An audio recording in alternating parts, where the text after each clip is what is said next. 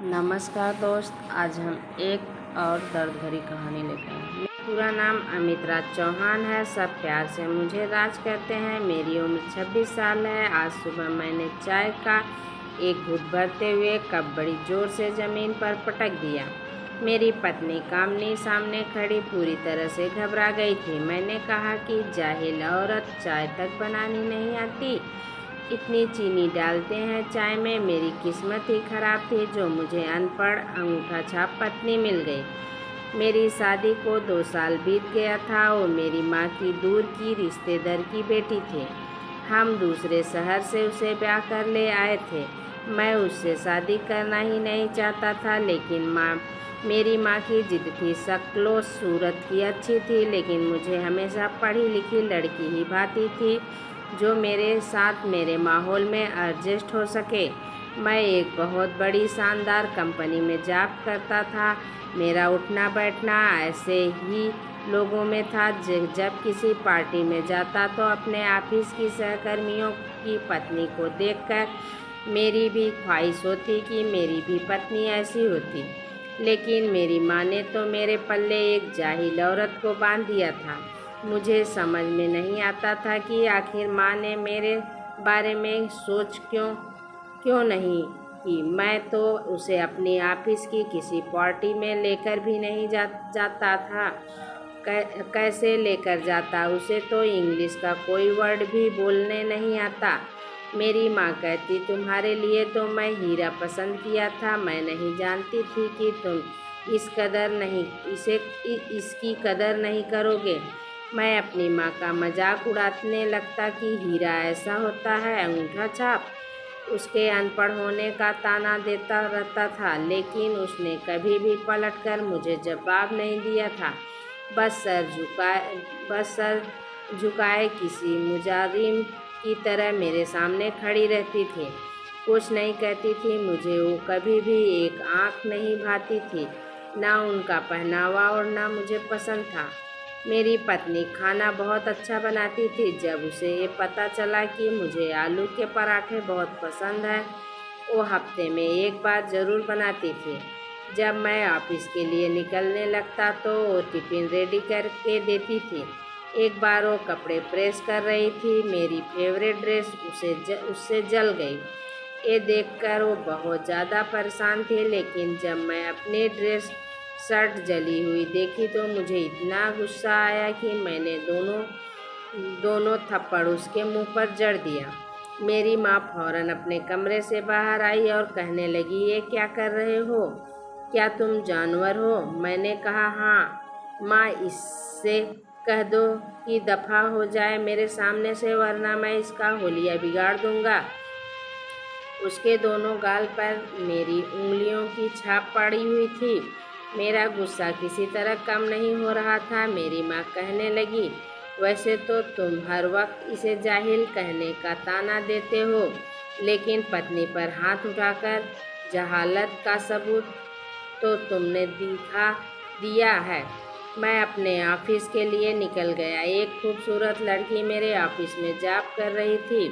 वह पढ़ी लिखी खूबसूरत थी और फिर मुझसे हंस हंस कर बातें करती थी। वो मुझे बहुत अच्छी लगने लगी थी। अगर मेरी शादी कामनी से ना हुई होती तो ज़रूर मैं हीना से ही शादी करता। मैं बात बात पर कामनी को डांटता रहता, चाहे उसकी गलती होती या ना होती। वो चुपचाप मेरी हर बात सुनती थी। कभी कभी तो मुझे लगता था कि वो जैसे पत्थर की बनी हुई है, वरना रोज़ इतनी बेइज्जती कौन बर्दाश्त करता।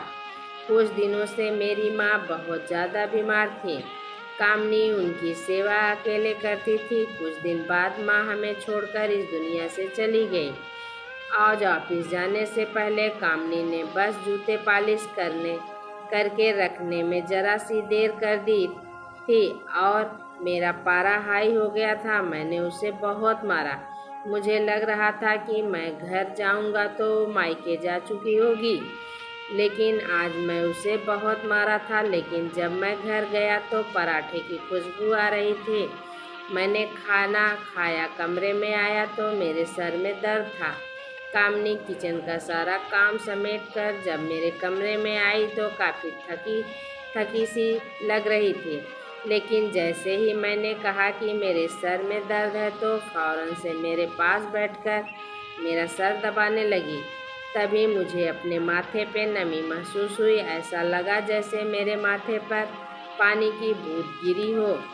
जैसे ही मैंने आंखें खोलकर देखा तो वो रो रही थी। उनके आंसू टपक टिप टिप मेरे माथे पर गिर रहे थे। मैं अगले पल उठ बैठा, अपने रुमाल से उसके आंसू साफ किए। इससे पहले मैं कुछ कहता अगले पल वो मेरा कंधा थाम कर रोने लगी थी। वह फूट फूट कर रो रही थी, लेकिन फिर भी उसने अपनी आवाज़ कमरे से बाहर जाने नहीं दी थी। रोते हुए कहने लगी कि मुझे माफ़ कर दे, आप मेरे साथ वैसा रहा करे जैसे बाकी पति रहते हैं। वो रो रही थी और मैं कितनी देर तक बिल्कुल चुपचाप उसे रोता देखता रहा। फिर उसके सिर पर थपकी देते हुए कहा, अरे पागल, मैं तो रोज ही तुम्हें डांट देता हूँ। कई बार काम की थकावट इतनी होती है कि कुछ समझ नहीं आता, तो तुम्हें डांट देता हूँ, तुम पर गुस्सा निकाल देता हूँ। लेकिन आइंदा मैं कोशिश करूँगा कि तुम्हें ना डांटूँ। इस बार ज़रा नरम लहजे से उससे बात कर रहा था, क्योंकि वो बहुत रो रही थी और उस वक्त मेरे पास इन शब्दों के अलावा उसके लिए कुछ भी नहीं था। मैं बेड पर टेक लगाए आंखें बंद किया बैठा था तो वो मेरे साथ ही मेरा कंधा पकड़कर बैठ गई। उसने अपना सर मेरे कंधे पर रखा हुआ था। फिर आंखों से आंसू साफ करते हुए कहने लगी कि आपको पता है आज सुबह आपने क्या कहा था? मैं वही सोच सोच कर सारा दिन रोती रही। मैं सोचने लगा कि मैंने तो गुस्से में उसे बहुत कुछ कह दिया था। जो कुछ मुंह से आता है बस बड़बड़ाता चला जाता था। हर वो लफ्ज यूज करता जिसमें उसकी बेइज्जती कर सकूं, लेकिन ना जाने उसे कौन सी मेरी बात बुरी लगी होगी। मैं कहने लगा कि पता नहीं क्या कहा था, बताओ मैंने क्या कहा था? इतना सुनना था। वो कहने लगी कि आप सुबह गुस्से में कह रहे थे कि मैं तुम्हें हमेशा हमेशा के लिए छोड़ दूंगा, तुम दर दर की ठोकरें खाती फिरोगी। इतना कहने के बाद वो सिसकी लेती थी। इस बार उसकी आंखों में आंसू जब गिरे तो मैं थोड़ा घबरा सा गया था।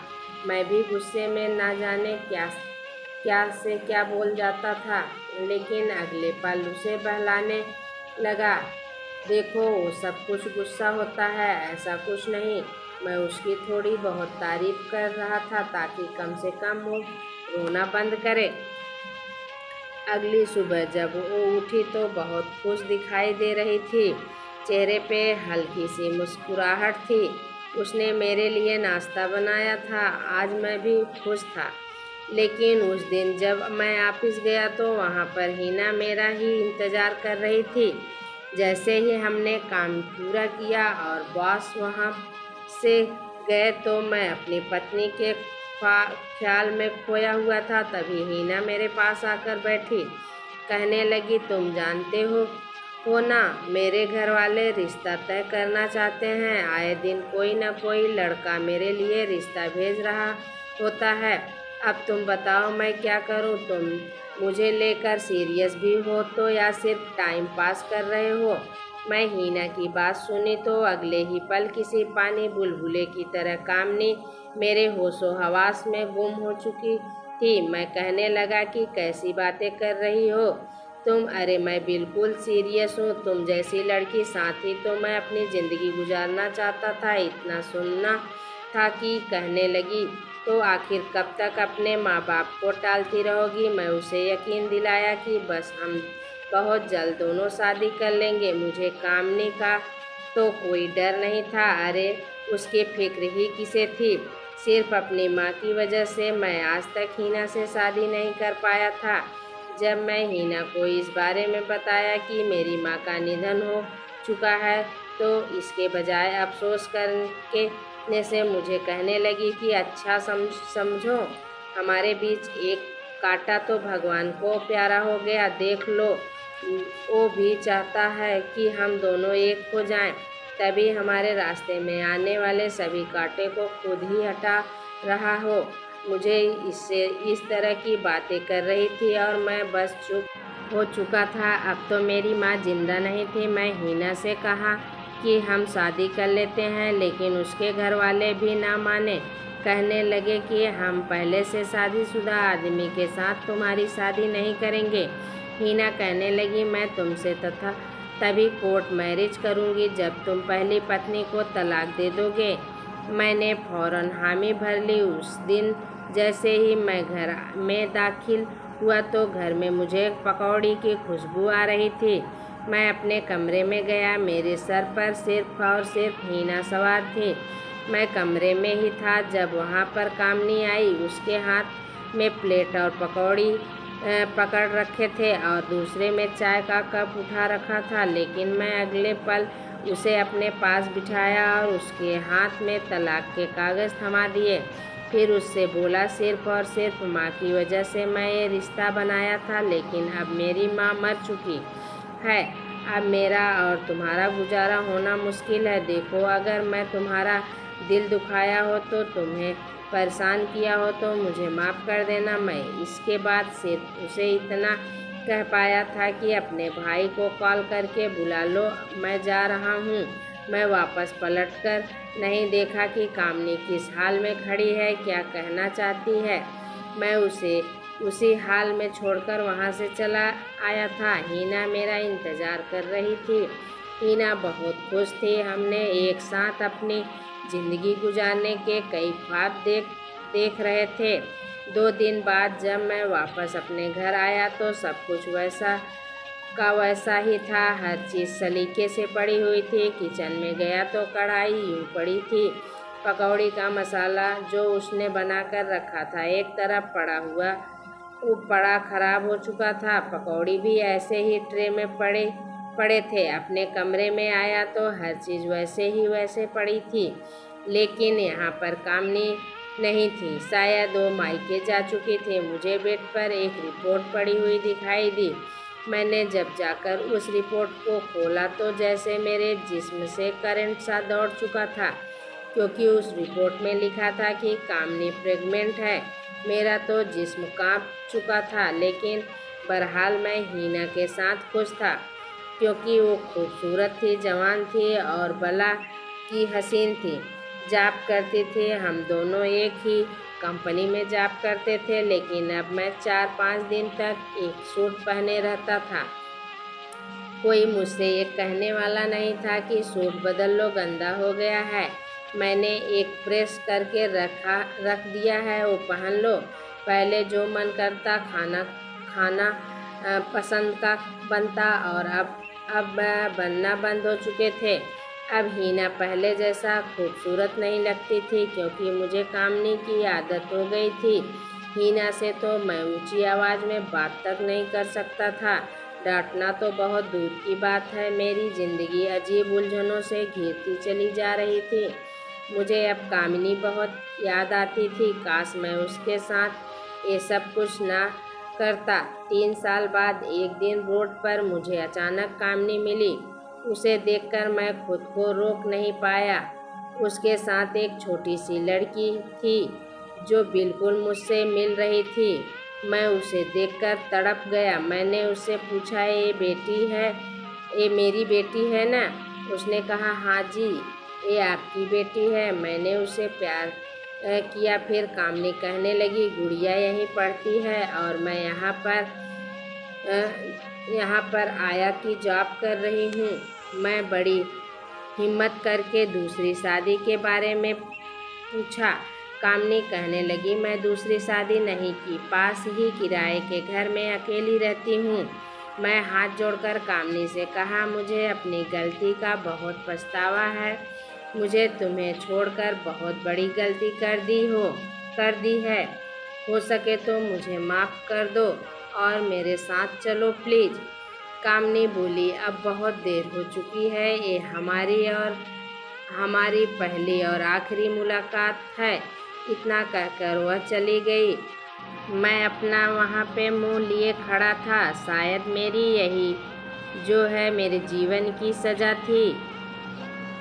प्लीज़ ये कहानी मेरी अच्छी लगी हो तो प्लीज़ लाइक, सब्सक्राइब, शेयर ज़रूर कीजिएगा। धन्यवाद।